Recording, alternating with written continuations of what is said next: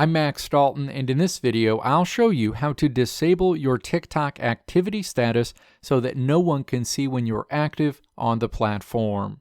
Step 1. Open the TikTok app on your iPhone, iPad, or Android device, and then tap the profile icon in this menu.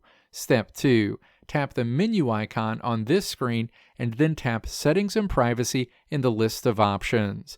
Step 3. Navigate to the Account section and then tap Privacy. Step 4. Navigate to the Discoverability section and then tap Activity Status. The next screen lets you choose who can see when you're active on TikTok. Step 5. Tap to select No One. Going forward, no one will be able to see your activity status on TikTok. Additionally, as a result of this, you'll only be able to see the status of TikTok users who have their activity status set to be public.